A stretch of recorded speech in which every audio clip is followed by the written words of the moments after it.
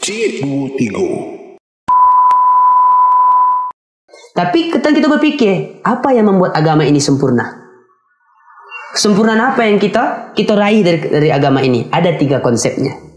Ya. 3 konsep ini yang kita jamin silakan dicari dari agama yang lain, tidak akan ada ditemukan. Apa itu? Kalau Ambo susun sendiri namanya konsepnya yang pertama akidah. Yang kedua ibadah, yang ketiga muamalah. Nih. Ketiga konsep inilah yang akan kita contoh dari Nabi. Karena kalau tidak ada ketiga konsep ini, jangan pernah kita berkhayal kita menyempurnakan diri dalam Islam. Akidah, ibadah, muamalah. Nah, itu. Apa itu akidah? Dan apa yang kita contoh dari Nabi? Itu kan? Akidah ini berasal dari kata al-aqdu. Al-aqdu itu artinya ikatan. Nah, seroman kalau kita katakan akad. Ada akad nikah. Ada akad jual beli, gitu kira-kira. Contoh akad nikah.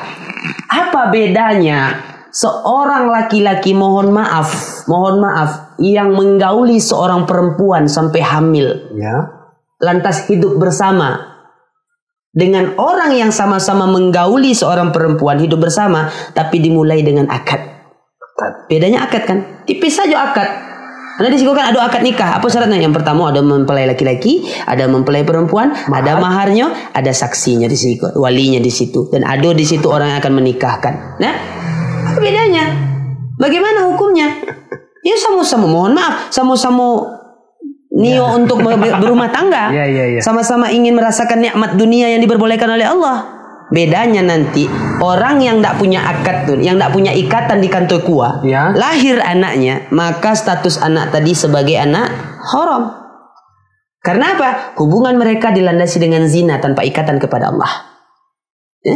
Aku mohon maaf, pernah ditanya, Ustaz, kebetulan ada di sana, anaknya lahir dengan status ia terlebih dahulu hamil sebelum akad nikah. Bagaimana? Nanti anak yang lahir itu kalau perempuan, apanya ndak boleh jadi wali nikah. Ganti ke wali hakim dari kuah. Dan sana apanya, sedangkan apa sih ndak boleh bah. Dan sana apanya. Kira-kira. Ada bertanya bantah tu kan nyoba coba nyinyi tapi kereta hantuk je dah.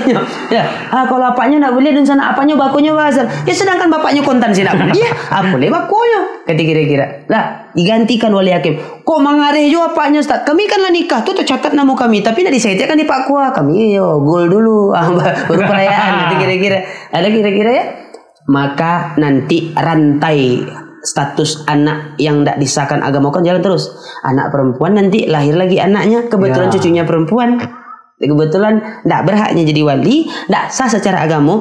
Ada catatan sipilnya, ada catatan buku nikahnya, tapi secara agama, secara hukum syariah, ini anak tetap haram. Berlanjut terus. Yang kedua, kalau nanti misalnya itu laki-laki orang kaya, banyak harta warisan yang akan ditinggalkan untuk anak-anaknya. Ini si anak tadi tidak berhak 1 peser uang pun menerima warisan karena nasabnya terputus. Kuesiknya. Kok diterimanya Ustaz? Ini orang kaya Ustaz. Piti-pitinya mengalau Ustaz dan Nebo. Oke, silakan. Tapi itu hartanya haram karena itu hak orang lain yang diambilnya. Itu kira-kira. Jadi bahaya kok. Jadi seperti itu. Bedanya cuma sekedar sampai mengecekkan sah kecek saksi Allah. Ya kan? Yang di sana tadi, ya udah enggak ada kaitan apa-apa. Sama beranak, sama berumah tangga, sama menjalani kehidupan. Bedanya tidak ada ikatan kepada Allah. Hal yang dilakukannya di luar persetujuan Allah sehingganya nilainya haram. Simple, tapi bahaya. Jadi apa ikatan kita kepada Allah? Ikatan kita kepada Allah rukun Islam yang pertama. Asyhadu an la ilaha illallah wa asyhadu anna Muhammadar Rasulullah. Ada ikatan tauhid di situ. Ada kewajiban bagi kita untuk menjalankan ketauhidan itu. Dan tidak boleh ada nilai-nilai yang tertanam dalam hati kita terhadap ikatan tadi selain ikatan tauhid. Contohnya, mohon maaf, mengucapkan selamat Natal. Yang menjadi kebiasaan dari warga kita ataupun saudara-saudara kita. Dengan apa? Dalihnya toleransi beragama. Kalau kita negara-negara ideologi Pancasila Ustaz, batua. Ya, orang Sumbar kok ndak Pancasilais ya. Bunyi-bunyi lagu-lagu lama yang lah usang. Mohon maaf kalau nio ke Pancasila Sumatera Barat. pencetus Pancasila itu 10 orang, 90% orang Sumatera Barat. Angku-angku kami gitu loh. Mohon maaf ya. Jadi jangan ajarkan orang Sumatera Barat Pancasila, karena Pancasila itu lahir dari pemikiran orang-orang Sumatera Barat. Jadi mohon maaf ya. Jadi dalam hal ini kenapa kita tidak boleh mengucapkan selamat Natal? Sekedar mengecek, Ustaz. Nanti buatlah sosial eksperimen. Pailah ke Mukoyarsi, ke rumah sakit Madinah, kan ada tuh, Cik Reja kan. Hampirilah kok ada kawan kita atau kawan di WA, kawan di Facebook atau kawan tongkrongan yang orang Kristen. Cuma suruh orang tuh mengucapkan 2 kalimat syahadat. Itu tantangannya, challenge-nya. Kawan-kawan, kami nio mengucapkan selamat Natal, tapi kawan tolong ucapkan kesyahadatan ini. Asyhadu la ilaha illallah wa asyhadu anna Muhammadar Rasulullah. Nio naknya. Ambo yakin Nabi cahayanya pasti akan menolak. Kenapa? Itu masalah hati kawan. Kalau kami ucapkan asyhadu alla ilaha, tentu masuk Islam kami. Seroman itu ketika kita mengucapkan selamat Natal. Loh, kok bisa? Karena selamat Natal itu ada artinya, ada filosofinya. Selamat hari lahir Yesus Kristus, putra Maria. Maria ku apa? Beranak dari Tuhan Allah. Dengan konsep Trinitas orang tuh. Orang tuh kan ada Tuhan Allah, Roh Kudus, dan anak yang di surga, Yesus Kristus di dunia. Kan Trinitas tuh. Jadi gampangkan seperti ini. Trinitas itu. Ya, loh, kenapa iman kita bisa gugur, Ustaz? Tapi kita lama baca Quran surah Al-Ikhlas di ayat yang ketiga. Lam yalid wa lam yulad. Allah indak beranak dan Allah tidak perlu diperanakkan. Tidak ada apa jomaknya dan dia tidak beranak. Kita ucapkan selamat Natal, selamat hari lahir Yesus Kristus, anak Tuhan Allah. Dan kita percaya berasa Allah itu punya anak. Anaknya Isa Al-Masih. Bagaimana konsepnya? Berarti kita memparuh-paruh keyakinan di sini, ini bahaya. Toleransi, Ustaz. Ya, kalau toleransi itu kami umat Islam sejak saya soal, bahkan mohon maaf, di zaman Nabi pun toleransi diajarkan. Quran surah Al-Kafirun ayat yang ke-6. Lakum dinukum waliyadin. Untuk mereka padia selah agama orang tu nuntu awak, yo agama awak Allah kami isi masing-masing. Awak lah punya tumpak parak surang-surang. Gilai selah.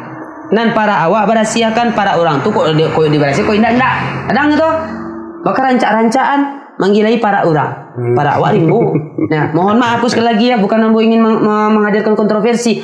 Kita hunikan gereja orang. Tanggal 24 Desember misa Natal, toleransi gitu kan. Jadi satu sisi ada orang yang mengaku Islam, umatnya Nabi Muhammad membubarkan pengajian. Bagaimana konsepnya ini? Kan gitu. Jadi dalam akidahku sebetulnya rawan. Termasuk selamat Imlek. Pokoknya selamat-selamat agama lain. Tanjung ko radikal ko bahayu Pak Katik ko di delete di channel YouTube. Bukan. Ini bukan masalah radikal. Bahkan mohon maaf, ambo kopi kata-kata Ustadz Felix Xiao. Kalau ingin jadi orang Islam harus radikal. Maksudnya Pak, harus teguh memaci agamaku. Nggak boleh bersambi-sambi. Abiko tanggal 25 satu lu Natal, abiko ketika satu lu Imlek, dapat angpau. Gitu kira-kira. Ketika Natal, orang tuh Ustaz, ketika Natal diucapkannya kepada awak selamat Natal, tentu baliknya. Ya, mohon maaf. Apakah ketika mereka mengatakan selamat Idul Fitri, kalau tidak diucapkan orang tuh batal Idul Fitri? Kan enggak. Ya, kita tidak minta mereka mengucapkan selamat Idul Fitri dan jangan suruh kita mengucapkan selamat Natal karena ini masalah keyakinan. Ya, ini akidah. Yang banyak konsepnya di kini dengan konsep radikal tadi, banyak yang takut guru-guru untuk menjabarkannya. Jadi sekedar fikih saja segala macam. Ya, jadi orang Islam itu harus radikal, meneguhkan kembali apa yang kita baca. Qul huwallahu ahad. Allah itu cie, dak ada cabang-cabangnya dah. Yang pertama itu. Yang kedua, dalam konsep kita membahas tentang agama kita ya. Kita meyakini Nabi Isa itu sebagai nabi. Mereka meyakini Nabi Isa itu sebagai jelmaan Tuhan. Tuhannya di situ. Oke, mohon maaf lah. Jadi ambo membahas perspektif di dalam Islam. Mereka meyakini Nabi Isa itu lahir tanggal 25 Desember, musim salju. Nanti mohon maaf pada saudara-saudara Pak Kati, kita semua buka kembali Quran surah Maryam. Mulai dari ayat yang ke-16 sampai ayat yang ke-29. Ya. Jadi Quran surah Maryam ayat 16 itu dimulai dari ketika Siti Maryam hendak melahirkan Nabi Isa. Dengan kondisi yang payah, dicemooh orang-orang sekampung karena apa? Hamil di luar nikah. Orang tahu Siti Maryam itu wanita suci. Tak pernah berbaur dengan laki-laki. Ujuk-ujuk buntiang. Iya. Apa ini? Apa kan? Kok bisa gini nih kan kita kira-kira ya? Iya. Tapi katanya wanita suci, buntiang kan kira-kira kan. Tapi di situ tentu drop Siti Maryam sebagai manusia biasa. Kenapa ini jadi seperti ini? Maka lari dari rumah. Lari dari rumah, berjalan, tak jauh berjalan nampak sebuah kebun kurma. Ya, di kebun kurma itu terfikir oleh Siti Maryam untuk bunuh diri. Ya Tuhan, seandainya ambo tidak diciptakan, itu bahasanya. Pak aku seperti ini, maka turun malaikat Jibril, jangan sekali-kali kamu minta kematian. Nah, itu haram dalam agama kita. Tapi aku lapar, aku letih. Sementara keluar dari rumah tinggal membawa baju saja. Apa kata Allah melalui malaikat Jibril? Hentakkan tanganmu di batang pohon kurma tadi, maka jatuhlah kurma yang masak. Ini kita jadikan acuan. Kurma masak itu di Timur Tengah, ya di wilayah Timur Tengah itu di musim panas, Pak Kati. Bukan di musim dingin, apalagi musim salju. Ya, dikatakan tanggal lahir Nabi Isa 25 Desember menurut keyakinan mereka itu dalam agama kita telah disangkal dalam Al-Quran, Quran surah Maryam tadi. Nabi Isa itu lahir walaupun tidak spesifik bulannya, nanjale musim panas. Artinya musim panas itu kalau di sekitar tengah bulan. Berarti. Ya pertengahan tahun. Mohon maaf, pertengahan tahun. Ya. Jadi tidak ada di situ dikatakan seperti itu. Nah, dari segi lahirnya lah salah. Konsep Trinitas dan konsep Tauhid dalam agama kita tentu bertolak belakang. Tugas kita bagaimana? Meyakini ini seyakin-yakinnya. Karena memang salah satu visi orang kafir itu Allah tuliskan. Allah menyindir dan Allah ingatkan kepada kita dalam Al-Quran. Quran surah Al-Baqarah ayat 120. Walan taradha ankal yahuda walan nasara hatta tattabi'a millatahum. Orang Yahudi orang Nasrani tidak akan pernah senang kepada kita orang Islam dalam konsep agama ya. Maaf, dalam konsep keyakinan. Mereka tidak akan puas-puas sampai kiamat. Sampai kalau seandainya mereka tidak bisa memurtadkan kita. Kalau seandainya orang-orang tidak bisa memurtadkan kita, setidak-tidaknya kita meniru-niru gaya mereka. Itu hati-hati makanya. Nanti Ustaz kalau bayi bana masak selama Natal tidak boleh. Memang tidak boleh. Nah filosofinya di situ. Inilah tujuan orang Yahudi tadi dan Nasrani tadi. Biarlah kita nak mengucapkan Salome, kita nak mengucapkan Haleluya. Tapi tanggal 25 Desember kita tidak pernah ketinggalan mengucapkan Selamat Natal. Rasa muamnya tuh kira-kira kalau bahasa orang kampungnya. Sama saja artinya. Jadi akidah inilah yang kita perkuat dengan ketauhidan kita. Kita contohkan kepada Nabi kita. Bagaimana Nabi dulu mempertahankan keimanan. Ya. Bahkan mohon maaf, ada sebuah kisah unik. Kalau ambo maramang bulu kudu apa ketik mendengar kisah kok. Ketika Abu Thalib ditawari untuk barter Nabi Muhammad dengan lain. Jadi satu kisah, Abu Thalib kok mulu ibu kepada kemanakannya, anaknya kok. Dan kebetulan datanglah rombongan orang kafir kok, tentu pimpinan Abu Lahab. Kami sudah capek Abu Thalib. Seperti ini terus. Kita satu kabilah, satu suku, bertengkar. Kita buat sajalah negosiasi. Kamu serahkan kepada kami Muhammad, maka kami akan serahkan seorang pemuda yang paling tampan dari kabilah kita untuk kamu urus. Di satu sisi mungkin Abu Thalib belum berpikir panjang, belum merefresh pikirannya. Sepanjang jalan ke pulang takkan aja tarik.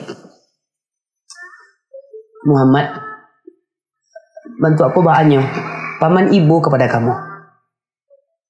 Berhentilah kamu berdakwah dengan agama ini. Selamatkan hidup kamu.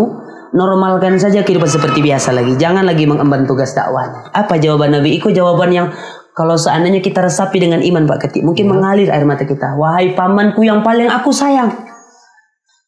Kalau itu yang paman katakan kepadaku. Mereka bawa matahari, mereka letakkan di kananku. Dan mereka bawa bulan, mereka letakkan di kiriku. Agar aku hentikan dakwah agama ini, maka paman akan dapati aku tak akan pernah berhenti selangkah pun. Jawaban Nabi Muhammad kepada pamannya. Ya, mandanga itu mohon maaf Pak Kati saudara-saudara, mengalir air mata Abu Thalib. Men satu yang kita sayangkan, hidayah itu tidak tiba saja. Dan sayang kok sebenarnya sayang, maaf. Ya, kalau dari konteks menyayangi anak, mungkin di antara 8 anak Abu Thalib, mungkin Nabi Muhammad yang lebih dicintai. Mungkin lebih cinta daripada Ja'far, lebih dicintai daripada Ali mungkin. Nabi Muhammad SAW. Mendengar jawaban yang tegas kok, buat jalan balik putar kapal lo Abu Thalib. Ya. Takkan Allah mau balik, kata Abu Talib kepada Abu Lahab tadi.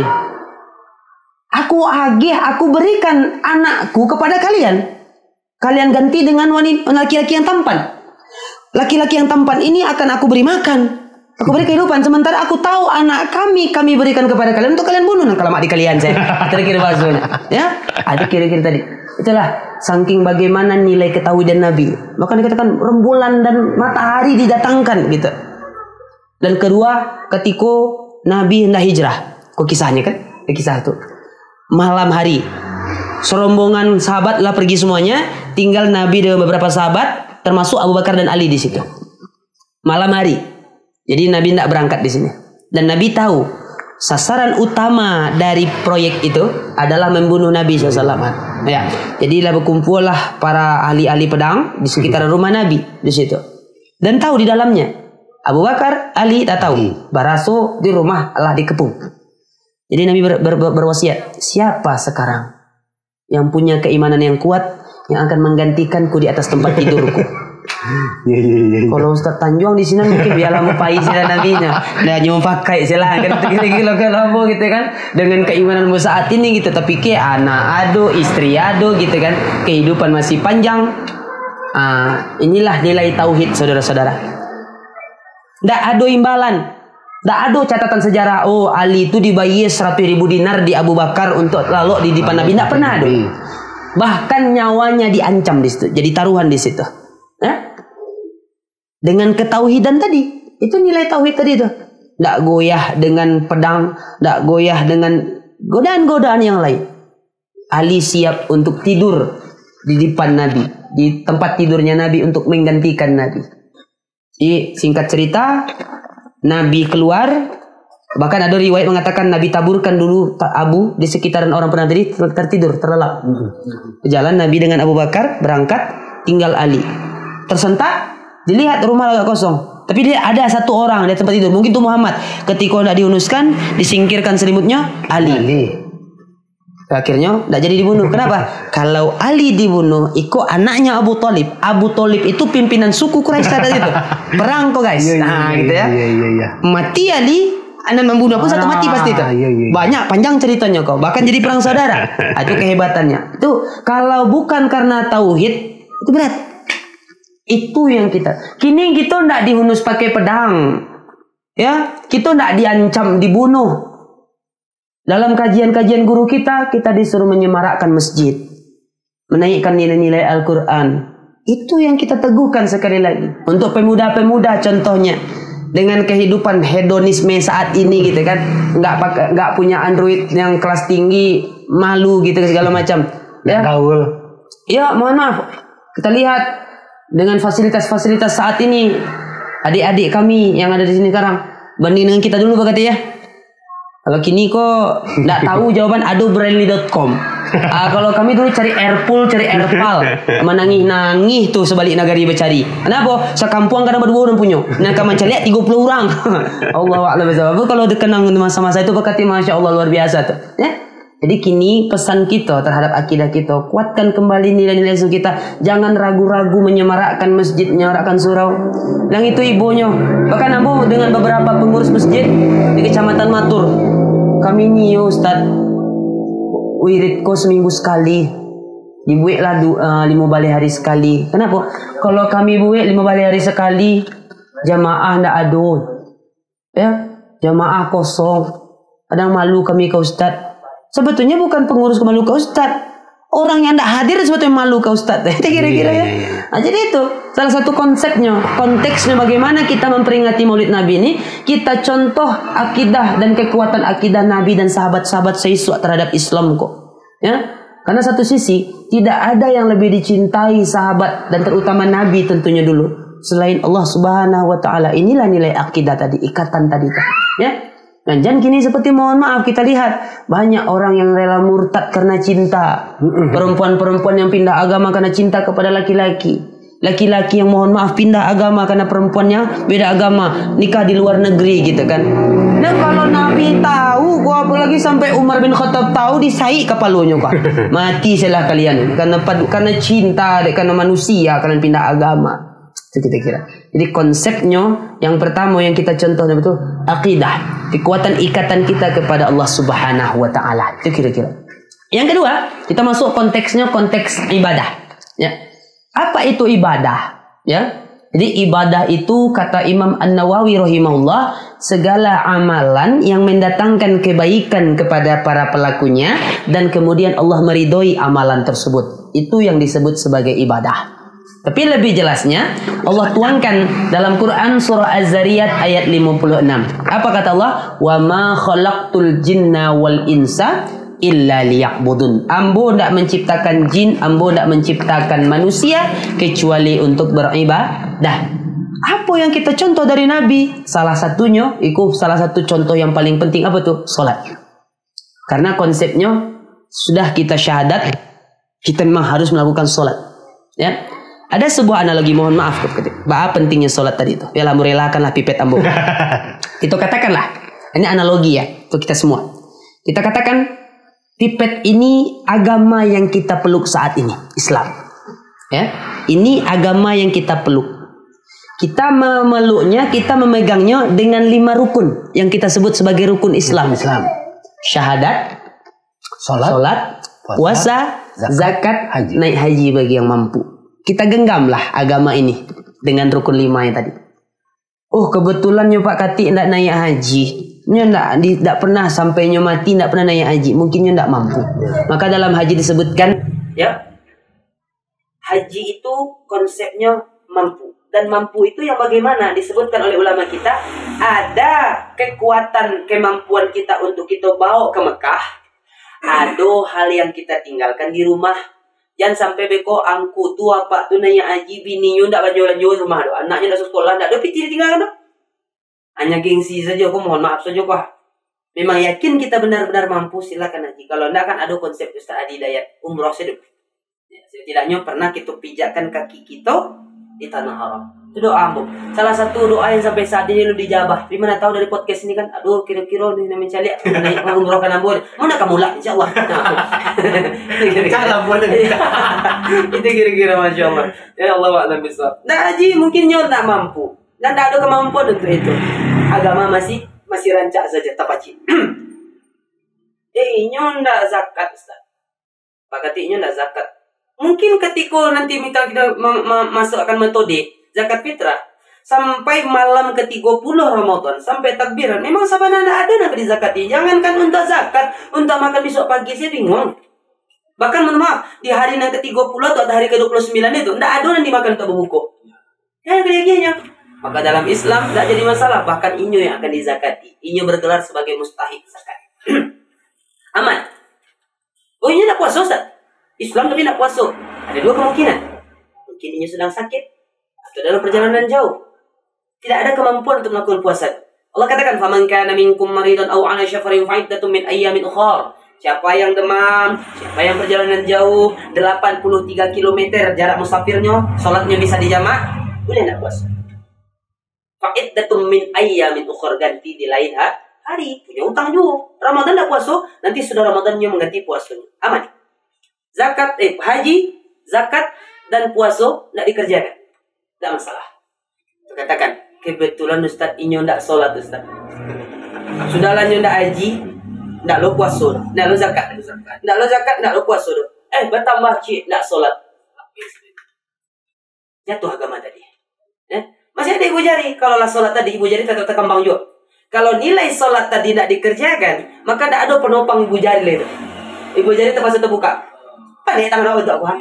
Nah, ada loginya. Masa dibuka? Boleh itu kafir ada nak. Nah, dibuka syahadat tadi. Maka dijelaskan oleh Nabi, pembeda antara orang Islam dengan orang kafir itu sholat. Bahkan kalau kita laki-laki, ya, 2 kali berturut-turut pandangan dari ulama kita tidak sholat Jumat, maka kita kafir. Bahkan lebih ekstrimnya Syekh Jalaluddin Abdurrahman As-Suyuti mengatakan syahadat balik. Kalau niat Jumat pertama, Jumat kedua, Jumat ketiga nyatakan sholat, ya, syahadat dulu, baru nyatakan Jumat. Kata Syekh Jalaluddin Abdurrahman As-Suyuti. Tapi kalau kita katakan, Ambo lebih memilih dikatakan Imam An-Nawawi. Tidak se-ekstrem itu. Nah, kan sudah. Oh, jangan cuba-cuba oleh 2 kali berarti tirik dan suami mahal. Gitu kira-kira. Karena aku pernah merasakan dulu. Kalau jujur cido tadi. Kira-kira. Karena suami mahal. Kira. Allahu'alam bishawab. Jadi sholat kita di situ. Sholat yang bagaimana dicontohkan? Sholat yang masuk ke teori khusyuk. Nah, ini yang acok, yang seringkali menjadi pertanyaan yang membingungkan oleh jamaah Ustadz. Yang khusyuk itu yang bahas sebetulnya. Jadi Ambo lebih memilih yang dikatakan oleh Syekh Albani. Beliau mengarang sebuah kitab Sifat Sholat Nabi, seperti kamu melihat beliau sholat langsung. Nah, jadi dikatakan oleh Syekh Albani, orang yang khusyuk sholatnya itu yang bagaimana? Jadi katakan di situ singkatnya, orang yang khusyuk sholatnya itu adalah orang yang menikmati setiap gerakan sholatnya dan berhasil meraih kesempurnaan dalam sholat itu sendiri. Ya, itu khusyuk. Jadi ada statement pandangan orang, kalau nang khusyuk kok, wah nak tentu joyaya loh. Ya kalau nak tentu joyaya lah mati namanya itu mah. Sholat kok gampu, kok lalu mancik si pasan ular, kan ndak tahu dah. Ini menghadap pada Tuhannya. Ini mana mahaduk tibunya tuh. Ya. Jadi Ambo ambillah pandangan Syekh Albani tadi itu. Di siko singkat saja kok di podcast kok. Ambo sambiakanlah bagaimana agar meraih kekhusyukan dalam sholat. Jadi pernah salah seorang sahabat datang. Sahabat itu datang Pak Kati. Ya. Sesudah Nabi selesai melaksanakan sholat berjamaah bersama sahabat yang lain. Jadi Nabi duduk-duduk bercengkrama dengan sahabat yang lain. Sahabat kok sholat surah. Sholat sampai nanti salam. Assalamualaikum warahmatullah. Assalamualaikum warahmatullah. Ditanyakan sahabat tadi, ya Rasulullah, bagaimana sholat saya? Sudah pas enggak sholat saya Rasulullah? Belum. Ulang. Disuruh ulang. Ulang. Mohon maaf ya, sahabat ini. Orang yang pernah melihat langsung Nabi sholat, rupanya disuruh ulang. Ya. Sholat yang kedua kalinya, apa kata Nabi? Belum. Sholat. Balik. Ulang. 2 kali. 2 kali sholat. Ulang. Selanjutnya bagaimana? Sudah sholat yang kedua, salam lagi. Bagaimana Rasulullah? Kamu belum mencukupi spesifikasi untuk khusyuk dalam sholatmu. Lah 3 kali sholat asar, lah 3 kali tentulah kamu gari hari. Nah, terus agan lo resonnya kan. Jadi bagaimana ya Rasulullah? Apa yang harus saya lakukan untuk meraih kesempurnaan dalam sholat itu? Kekhusyukan tadi 3 kuncinya. Mohon maaf, 3 kunci yang dapat kita raih untuk meraih kesempurnaan dalam sholat. Mencontoh bagaimana Nabi sholat. Ya, yang pertama, kalau nio kita khusyuk dalam sholat, berwuduk dengan sempurna. Itu konsep yang jarang sekali disebutkan oleh ulama-ulama kita. Kadang kita kalau bahasa kampungnya percaya saja. Ya, asal-asalan dalam wuduk, yang penting basah. Nanti kita ringkas saja. Rukun wuduk itu termaktub dalam Quran Al-Maidah ayat yang ke-6. Ada 6 rukun wuduk. Ya, singkat saja. Wudhu yang sempurna itu yang berhasil membasuh setiap bahagian tubuh yang wajib kita kenakan untuk wudhu. Mohon maaf Pak Kati. Ya. Yang pertama, faghsilu wujuhakum. Faghsilu itu berasal dari kata ghasala, mandi, basuh sabana basuh. Ya. Karena pernah baca lihat tuh, di salah satu masjid di Kecamatan Maturko kan, bentuk iklan Pons. Sekali putaran, setengah putaran itu kira-kira. Bangku sih Pak Kati. Lah kan basah. Ya, yang disebut sebagai wujuhu tadi. Wajah tadi itu yang mana? Dikatakan oleh Syekh Albani dari mulu pori-pori kepala kok. Pori-pori kepala kok wajah kok. Sampai lingkaran di siku kok. Bahkan dikatakan untuk sempurnanya sampai di belakang daun telinga. Ini wajah. Jadi seperti ini kira-kira gambarannya saudara. Ada ibu jari bertugas sebagai pembasuh di belakang telinga tadi. Seperti ini. Kalau yang ada jenggotnya sampai ke jenggotnya. Yang ada ya. Kadang-kadang dengan podcast ini gitu kan. Ya gini-gini padahal enggak berjenggot gitu kan. Mohon maaf. Allahu a'lam bishawab. Ya. Tangan. Yang dikatakan tangan tadi dari ujung jari sampai ke siku, bukan sebaliknya. Siku sampai jenggot. Kenapa tadi betul gitu? Gitu kan? Nah, biasanya nih ibu-ibu yang pakai baju pengajian, yang payah, dari atas ke bawah. Sebetulnya kalau gini takut basah bajunya. Itu kira-kira kan. Ya kalau basah wudhu nggak apa-apa, basah mandi di sungai ya kita khawatir, gitu kan? Apa? mulai dari ujung jari sampai ke ujung siku. Bahkan lebih enggak masalah, kurang jangan. Ini konsepnya, ya. Karena dikatakan kalau seandainya ini tidak basah, wudhu kita tidak sempurna, jangan bermimpi kita sempurna dalam sholat. Ya.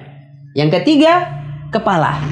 Sebahagian kepala. Kenapa disebut kepala bukan rambut? Inilah kemahaagungan Allah dan kemahaadilan Allah. Kenapa? Tidak semua kepala itu berambut. Akan kira-kira. Nanti kalau seandainya dikatakan rambut, ya, rujuzun, dikatakan dalam Al-Quran nanti tersinggung orang yang botak. Nah, kami tidak mau doa, kenapa tidak mau doa? Kami tidak punya rambut, jangan sama-sama maka dikatakan kepala, ya. Dan dikatakan kepala seminimal-minimalnya, mohon maaf, seminimal-minimalnya 3 helai ujung rambut. Karena ini berdasarkan pernah Nabi sekali lalu dalam perjalanan berwudu dengan keadaan urban beliau tidak dibuka sedikit aja, dan Nabi membasuh sedikit saja, dan itu dibolehkan. Jadi kalau seandainya kita ikut mazhabnya yang dilakukan oleh orang Muhammadiyah, itu seluruh kepala dan disambilkan langsung dalam satu cidukan dengan telinga. Kalau mendengarkan kajian Ustadz Adi Hidayat, itu beliau langsung mencontohi seperti itu. Diambil air satu cidukan, langsung dibasuh sampai ke belakang dan disempurnakan dengan telinga. Dan telinga ini sunnah. Ya, telinga ini sunnah. Yang wajib kepalanya. Nah, jangan nanti kota lingunya bancanya kepala, tidak basah sama sekali. Tidak sah wudunya. Kira-kira. Nah, dan yang terakhir dari kaki sampai ke mata kaki. Kalau konsepnya dikatakan Syekh Albani berbalik dengan tangan. Kalau tangan dari ujung jari ke siku, kalau kaki mulai dari mata kaki sampai ke ujung jari. Oh, gitu. Kebalikan dari tangan. Nah, kebalikan dari tangan tadi itu. Walaupun dikatakan ada salah satunya Ibnu Katsir mengatakan ada yang dari ujung jari sampai ke mata kaki. Cuman ambo lebih condong kepada Syekh Albani yang menulis sifat salat Nabi tadi itu. Sifat salat Nabi tadi. Dari mulai ujung kaki, mata kaki sampai ke ujung jari tadi itu. Itu kira-kira. Sempurnakan itu. Tidak perlu bagagih-gagih dalam wudu, dan tapi walaupun seperti itu, wudu adalah menghemat air. Jangan wudu beda dengan mandi. Ya, kadang beko nanti wudu, wah habis berarti kan. Kadang itu berarti wudu habis saya ketika mandi ya, kira-kira. Ya, setengah dari wudu ketika mandi. Masya Allah, naudzubillah. Kira-kira. Nah, jadi selesai kita wudu. Konsep kedua agar kita bisa meraih kesempurnaan sholat tadi itu, khusyuk tadi, baca bacaan dalam sholat itu yang bagi kita mudah. Dan juga ada tambahan kutipan untuk para imam, ringkaskan bacaan sholat. Mohon maaf, ambo sendiri pun masih levelnya masih makmum. Banyak orang-orang lebih pantas jadi imam daripada ambo. Tapi kok keluhan seorang makmum, ya. Ada kalanya masjid itu sunyi ketika melaksanakan sholat berjamaah. Kenapa? Ada beberapa keluhnya panjang bananya Ustaz membaca Ustaz. Al-Baqarah di bahinya. Kami letingan-letingan alam nasroh kok udah payah kecilnya kira-kira ya. Nah, mohon maaf, ini kepada para imam termasuk saya mengingatkan diri saya sendiri gitu kan. Kalau mau membaca bacaan ayat yang panjang sekali, silakan kata Nabi, tapi sholat sorang-sorang. Contoh ketika tahajud, contoh ketika duha, atau sholat sunnah rawatib, silakan. Sholat tahajud satu salam misalnya juz 30 lah. Dari Amma Yatasa'alun sampai An-Nas, silakan. Nah, kadang yang bedanya, mohon maaf, ketika berjamaah bacaannya panjang kurang panjang sampai makmum itu telayang. Maka mohon maaf. Kalau semain surah? Dikatakan itu maksudnya di masjid-masjid itu kan, seperti ceramah Ustaz Dasar Latif, ya kan? Karena panjang nggak ruku-ruku kan? Lah, kalau kecil orang kampung, kaca mari pai makmum leh. Saya lihat ke samping, kebetulan di muka ada papan tulis total pengeluaran masjid. Beli keran 2 buah dibaca sampai bawah saldo sekian. Nggak sudah jual lah. Dan kebetulan yang tadi nama makmum tadi itu di sab ketiga, sab kedua ada orang pakai baju partai. Ya, caleg Nasdem DPR RI nomor 7 dapil sumber 3. Itu ya kan? Ya, sampai lain-lain yang dibacanya. Ya, nggak ruku-ruku juga. Bahkan mohon maaf, ada kisah nyata. Kisah Mu'az bin Jabal, salah satu ahli Quran di zaman Nabi. Jadi ketika itu Nabi sedang demam, sahabat-sahabat utama yang lain sedang berperang. Jadi Mu'az yang menjadi imam di Masjid Nabawi pada saat itu. Kamat, maju Mu'az jadi imam, dibacalah oleh Mu'az bin Jabal ini Quran surah Al-Baqarah selengkap-lengkapnya. Ketika merapikan saf, sufufakum, ini rami orang jamaah.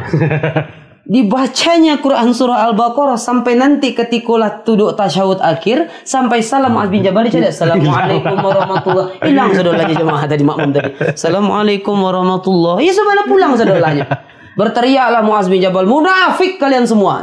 Nah, jadi ada yang mendengarkan dikecilkan munafik, kau tentu tidak senang hatinya. Pai balik ke masjid. Siapa yang kamu sebut munafik? Kalian yang ikut bersamaku tadi salat berjamaah. Kenapa munafik? Kalian tinggalkan imam dalam keadaan salat berjamaah.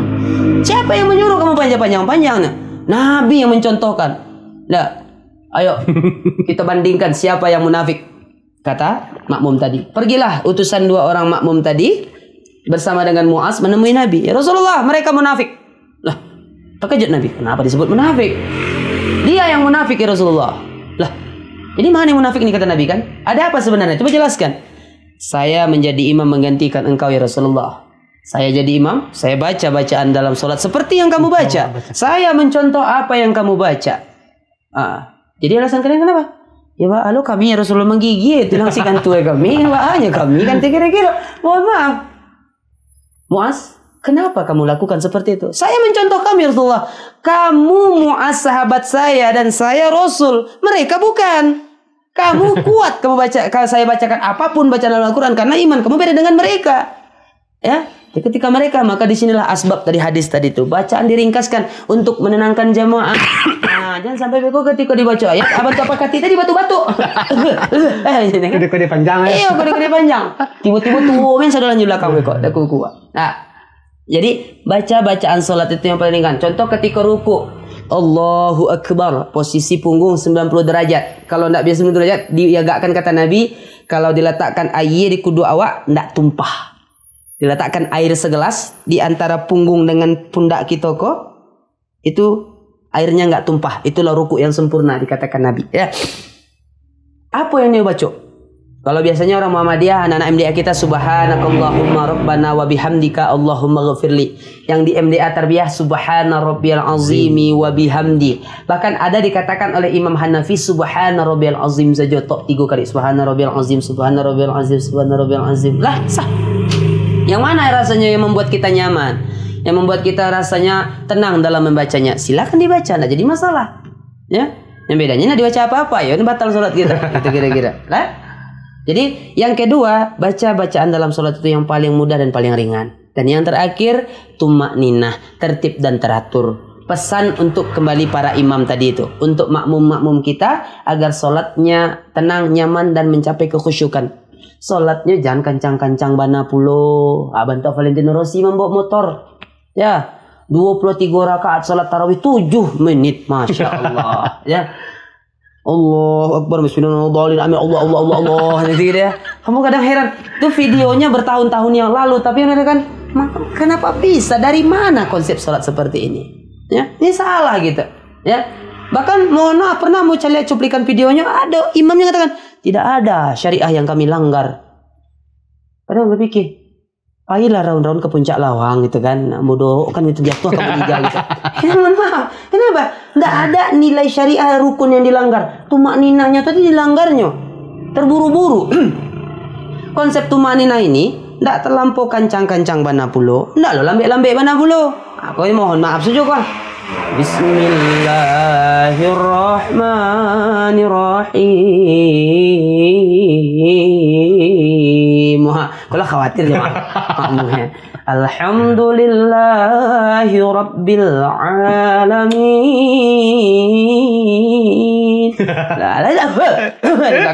Siap-siap saja nanti kan.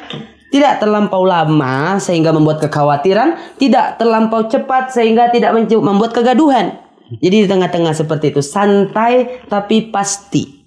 Itu di situ tumakninah. Bagaimana rukunya, bagaimana sujudnya, bagaimana duduknya ketika iftiras dan tawaru. Seperti itu kira-kira. Ya kita belajar kembali. Jadi tidak masalah. Maka dikatakan utslubul ilmi minal mahdi ilal lahdi. Tuntut ilmu itu dari kita dibuai-buai sampai kita ke liang lahat. Maksudnya apa? Tidak ada waktu untuk berhenti belajar. Bahkan para pengajar pun tetap wajib belajar untuk mengulang-ulang kembali apa yang diajarkannya.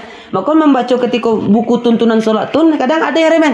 Saya isak kami banyak. Dulu lah kami membaca pada kalian itu kan. Mohon maaf. Ya kalau dari dulu tuh banyak yang lupa. Banyak yang tinggal diulang balik untuk merefresh sehingga sholat kita bisa mencapai level setidak-tidaknya. Kalau mau tidak sampai ke Nabi mana, sampai selevel sahabat kita. Bagaimana Nabi sholat dulu dikatakan oleh Sayyidah Aisyah radhiyallahu anha, Ummul Mukminin, Nabi sholat dengan standar beliau kok ahli syurga. Orang yang pertama kali akan memijakkan kaki di syurga, Nabi Muhammad. Maksum dari dosa, Allah pelihara dari dosa. Mula dari Nabi lahir, akil balik sampai Nabi wafat, Allah sendiri yang menjamin Nabi itu tidak akan pernah berbuat dosa. Ya, syurganya lah dijamin, akhlaknya luar biasa, kehidupannya itu yang mulia. Solatnya dikatakan Sayyidah Aisyah sampai mata kakinya merah, betisnya bengkak. Ustaz Tanjuang, mana Ustaz Tanjuang? Sarugu ndak jale lah. Yo laporan kerate selembar barasu awak lah masuk sarugo dak adulah kepada yang terhormat Bobi Nugraha Sutaraja Tanjung. Dengan ini kami nyatakan Ustaz akan masuk surga. Ndak diam solat-solat leh. Gitu-gitu ada. Belum ada jaminan masuk surganya Ustaz Tanjung. Dosa masih berserak. Ilmu sakete. Nak solat. Mau jadi apa gitu kan? Mohon maaf ya, ini Ustaz Tanjung. Analoginya bukan siapa-siapa gitu. Kalau tersindir silakan ikut Ustaz Tanjung gitu. Ya. Itu. Kita surga kita masih mengkhawatirkan, hisab kita masih mencemaskan, amalan kita masih canggung kita. Cukup atau enggak? Ya? Kalau dikatakan bandingkan salat kita dengan Abu Bakar, bandingkan salat kita dengan Utsman. Ya. Bandingkan sedekah kita dengan Abu Bakar. Ya. Bandingkanlah jihad kita dengan Umar bin Khattab. Ya canda langit dan bumi. Itu dengan pedenya kita mengatakan kita ahli syurga. Di situ kita khawatir. Maka tegakkanlah salat. Jadi tonggak pertama dalam ibadah kita. Dan contohlah bagaimana Nabi. Nabi yang telah dijamin masuk surga, salatnya tidak pernah tinggal. Bahkan dia pernah dikatakan oleh Sayyidah Aisyah, kenapa ya Rasulullah? Sampai seperti ini sekali kamu salat. Bukankah kamu lah masuk ahli surga? Apa kata Nabi? Tak bolehkah aku bersyukur kepada Tuhanku terhadap apa yang diberikan saat ini? Nabi masih bersyukur dengan salatnya. Ada pelajaran tersembunyi berarti Nabi bersyukur dengan salatnya. Jadi salat Nabi itu untuk nilai syukur, bukan dek karena besok tes P3K. Ya. Jadi salatnya bukan dek karena sudah bertanam, mudah-mudahan padinya menjadi, sawahnya menjadi, ladangnya menjadi. Nah, ada konteks seperti ini.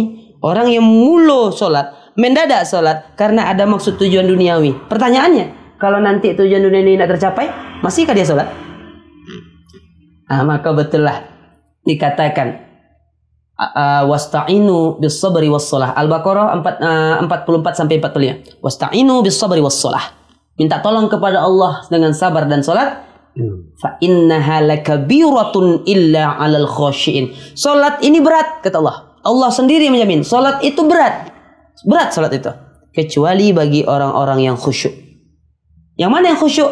Alladzina yazunnuna annahum mulaku rabbihim wa annahum ilaihi rajiun. Mereka solat dalam keadaan mereka itu sedang diawasi oleh Allah. Ihsan. Ya. Mereka solat, mereka takut tunduk dalam solatnya seakan-akan Allah melihat mereka. Tapi Allah tidak terlihat. Bagaimana Ustaz? Walaupun Allah tidak melihat mereka, walaupun mereka tidak melihat Allah, ya, mereka solat seakan-akan sedang perhatikan. Mereka melihat Allah langsung. Walaupun di mata mereka tidak melihat Allah, tapi Allah sedang mengawasi mereka. Ketika kita analogikan bantu anak-anak kita di sekolah ujian, ya, ada kesempatan untuk nyontek, membuat kopean kalau kata orang Medan, contekan. Tapi deh karena guru mengawas di depan kebetulan duduk paling muka belum, tidak ada kesempatan untuk mencontek. Kalaupun seandainya guru tidak mengawasi, tidak ada guru, tapi memang ada rasa kekhawatiran akan diawasi guru, walaupun ada kesempatan, guru tidak ada, contekanlah ada, tapi tidak dilakukan. Ini khusus salat tadi itu berat dikatakan. Maka inti dari salat ini, Quran surah At-Taubah. Aqimus shalah, innas salata tanha 'anil fahsya'i wal munkar. Salat itu nilai terbaiknya, implementasi terbaik dari salat, hasil akhir terbaik dari salat itu adalah ketika orang yang sudah salat, dirinya akan terhindar dari fahsya'i wal munkar, perbuatan keji dan perbuatan munkar. Jadi kalau kita ingin mengindikasikan, ya, salat kita itulah khusyuk atau belum, salat kita dah benar atau belum, lihat kita ketika dalam kehidupan sehari-hari. Kalau seandainya maksiat masih banyak, berarti konteks salat tadi belum sempurna. Mungkin salat kita hanya sekedar mengisi absen. Ya, kalau gini kan sidik jari bagajnya, tit lah. Kok karajo, kok kalaloknya, kok kemanga-manga, yang penting sidik jari absen lah. terscan di situ. Ya. Jadi sholatlah seperti Nabi yang lah mendapatkan semuanya. Surga lah dapat, amalan lah luar biasa, dosa dijamin tidak ada, tetap sholat. Itu yang kita contohkan dari Nabi SAW. Sholatlah kamu walau dalam keadaan terpaksa, kata Imam Syafi'i. Kadang ada di situ memang terpaksa di lalu sehari, di lahasar sehari.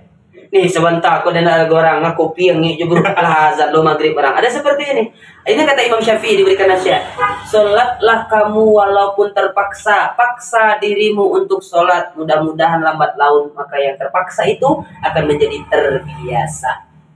Dan di situ nilai hidayah dari sholat tadi. Bagaimana kita bisa merasakan sholat kita terbiasa? Contoh analoginya seperti ini. Kita lah terbiasa sholat 5 waktu sehari semalam. Nantilah kita katakan tepat atau indahnya. Yang penting yang 5 waktu kok tidak pernah kita coba untuk tinggalkan. Atau bahkan memang kita lah rutin melakukan ini tepat waktunya di awal-awal waktu. Ada sekali lalu, ada satu kejadian yang membuat kita terpaksa meninggalkan sholat. Sedang ada acara, atau sedang sakit, atau ada sesuatu yang menghalangi kita untuk melakukan sholat tepat waktu. Dalam keadaan itu ada keresahan. Mungkin orang awak rusuh hatinya di sholat lekwa. Kalau ini yang terjadi, maka dikatakan oleh Imam Syafi'i, inilah nikmat yang paling besar bagi orang yang sholat. Rusuhnya ulun sholat. Kenapa? Di belahan bumi yang lain, ada yang makan di muwakat tidak sholat, tenang-tenang saja. Ya, ada orang yang resah karena tidak sholat, ada orang yang resah karena memang ia tidak pernah sholat. Di satu sisi ada orang yang tenang saja walaupun tidak sholat. Mana sholat itu kira-kira? Nantilah masih muda, kiranya sudah begitu mati. Allahu a'lam bishawab. Jadi pembelajaran tentang ibadah ini terutama tentang sholat, ya. Bagaimana kita mengrefleksikan dari Nabi, jangan pernah tinggalkan sholat. Walaupun terpaksa, paksakan. Mudah-mudahan keterpaksaan itu lambat laun dengan izin dari Allah dan ikhtiar kita tadi dibarengi dengan doa, mudah-mudahan menjadi keterbiasaan. Ustaz, iwan bola sholat, suami ambo, anak ambo, lambo suruh-suruh. Mungkin dalam konsep agama kita ada yang namanya ikhtiar, ada yang namanya doa. Ini obat ya penawar untuk ibu-ibu yang suaminya malas sholat, anak-anaknya melawan aja ketika disuruh sholat. Ya, ikhtiar udah kita suruh ke masjid, kita contohkan kita sudah ke masjid, tapi suami nggak mau juga. Coba dibantu dengan doa. Doanya Quran surah Ibrahim ayat 40. Ibrahim ayat 40. Rabbi ja'alni muqimas salati wa min zurriyati Rabbana taqabbal du'a. Ya Allah, jadikanlah diriku dan keturunan-keturunanku daripada hamba-Mu yang mendirikan salat. Sesungguhnya Engkau Tuhan Maha Pengabul doa. Itu coba ditambah doanya satu sudah salat.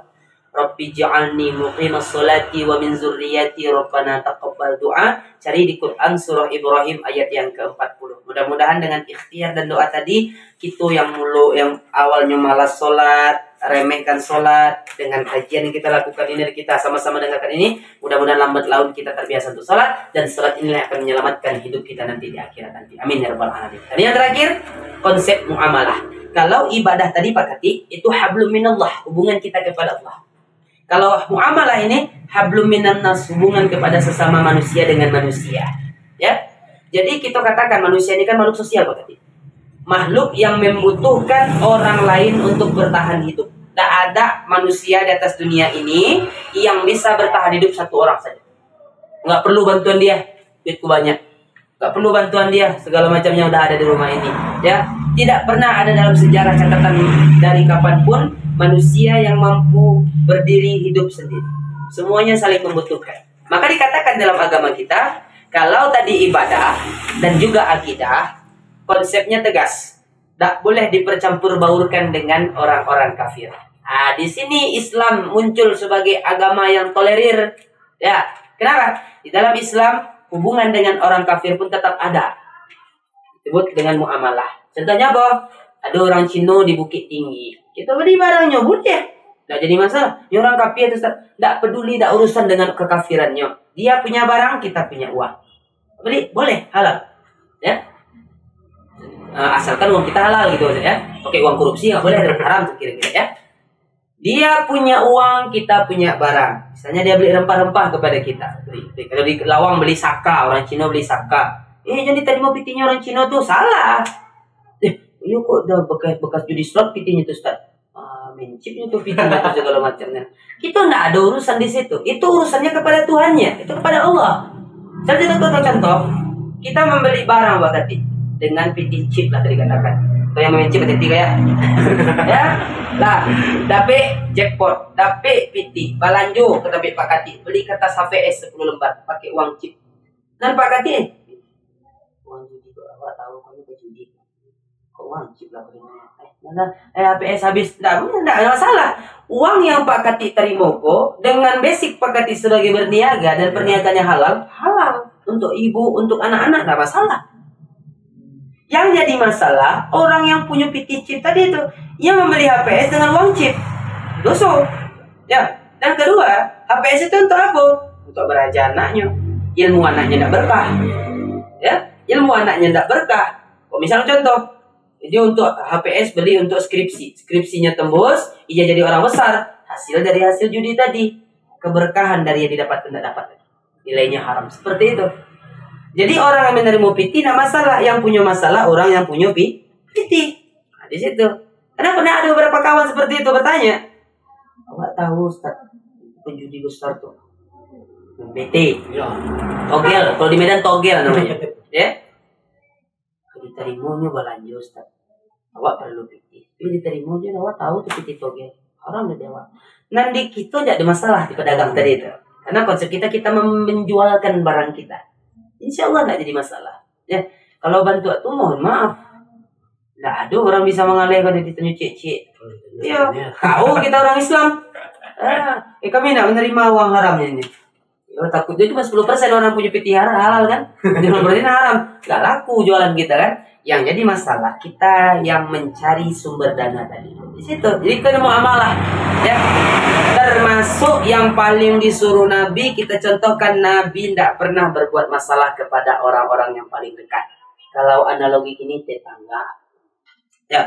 Saudara yang paling dekat yang kita miliki adalah tetangga dalam hidup kita. Oh Ustaz, sana ambu ampe, hebat-hebat tentara, cik polisi, cik dokter, cik pengusaha hebat, cik di rantau saudaranya. Tak perlu tetangga-tetangga. Mohon maaf, panjang kepala ibu. Dia pusing kepala ibu, tiba-tiba tensi rendah, oyong, segala macam, pingsan, tak letak di mukul laman. Siapa nak menyelamat kan? Tentara yang di rantau? Polisi yang di rantau? Pengusaha besar tadi dengan uangnya? Enggak, tetangga dulu. Cuman mbak, hanya tetangga menanyakan, ibu lah mengecek. Tapi ini perlu juga kami. Kena jalan-jalan ke rumah sakit. Ibu lah tanah tadi. Ibu lah polisi tadi. Ibu lah. Jadi kira-kira kan. Kemana kita? Maka jangan pernah ada perselisihan pendapat. Bahkan ini hadisnya sangat populer. Ya. Tidak halal bagi seorang muslim dengan muslim yang lainnya memboikot saudaranya. Memboikot kok dalam bahasa kita tuh enggak saling sapa. Kalau kata orang Medan SKT, sekutu tetangga. Enggak saling sapu, gitu ya. 3 hari kata Nabi. Di atas 3 hari. Selebih dari 3 hari maka ditunda amalnya. Loh, ditunda kok maksudnya? Batal amalannya, batal enggak? Amalan tetap dicatat di malaikat. Nanti di yaumil hisab akan ditimbang. Tapi ketika ditimbang ada satu persyaratan. Dosa ditimbang. Oh, udah kira-kira ini dosanya. Amal ibadah lagi ditimbang. Ya. Tapi tidak bisa ditimbang. Kenapa tidak bisa ditimbang? Karena masih ada perselisihan dia dengan saudaranya. Jadi cara agar amal ibadah ini bisa ditimbang, kata Nabi SAW, minta maaflah kepada saudara yang pernah kita sakiti hatinya. Termasuk kita yang pernah disakiti tidak memaafkan. Kita yang tidak memaafkan pun amal ibadah kita pun ditunda. Maka kalau kita bayangkanlah di akhirat, di yaumil mahsyar, dari Nabi Adam sampai manusia paling terakhir berdiri di satu tempat. Wah padatnya tuh. Wah padatnya. Kita analogikan saja pasal lawang 3 balai hari Jumat. Aduh, so si fulan ke mencari si fulan yang lain. Kecil anaknya. Apa di pasar pak? Ke pasar. Pak cari di Loy Saka. Apa tuh? Kami nampak di Loy apa? Di Loy Karambie. Coba cari di Loy Karambie. Jalan ke Loy Karambie. Lah. Nyo keciknya kok ada urusan ke Kante Wali. Ke Kante Wali nyorangan. Pergi ke Kante Wali. So ke dalam ruangan Kante Wali Nagari Lawang. Bilang tadi sebentar aku keluar. Nyonya kan cari nasi kapau. Kira-kira, mama cari nasi kapau. Pak itulah paginya. Nyonya apa? Aduh, bininya berkirim salah lawak. Kan, antah mati salah. Itu pasar lawang tuh. Yang mohon maaf, nilainya kan pasar B, belum pasar A. Bagaimana dengan yaumil mahsyar? 10.000 kali lebih laweh daripada pasar lawang di balik. Kamu akan dicari. Jadi kiro-kiro, mohon maaf. Selagi di dunia, tangan masih berjambu, lidah masih semengecek, maaf-maafanlah. Jangan sampai di haji kita, umroh kita, sedekah kita, anak yatim kita, masjid yang kita bangun, surau yang kita tolong, segala macam nilai iman ibadah kita ditunda oleh Allah karena sekedar itu saja. Mau lebih tua padanya. Tak ada urusan tua lebih tua, miskin kaya. Yang maafkan diwajib agar amal ibadah kita dijaga oleh Allah Subhanahu Wa Taala. Ini yang Nabi sarankan kepada kita. Jadi kira-kira semuanya, Pak Kati, mohon maaf, kita simpulkan. Inilah yang harus kita contoh dalam perjalanan hidup Nabi tadi. Dari mulai akidahnya yang mempertahankan tauhidan, ibadahnya yang tidak pernah menduakan Allah Subhanahu Wa Taala, sesibuk apapun, seheboh apapun, yang sholat dan ibadah-ibadah tidak pernah tinggal. Dan muamalahnya menjaga kerukunan kepada sesama kita dan juga kepada orang-orang kafir.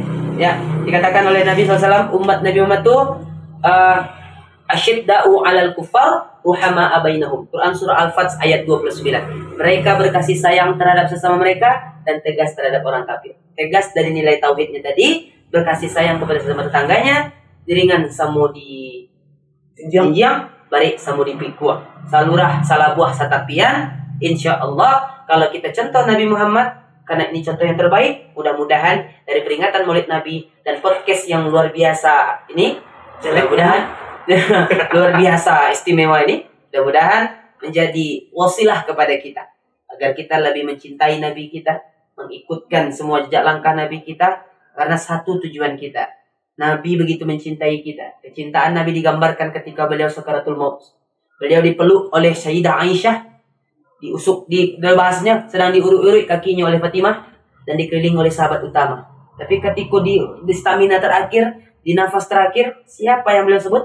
Bukan zauji istrinya, bukan binti anak perempuannya, bukan ashabi sahabat-sahabatnya. Siapa yang beliau sebut?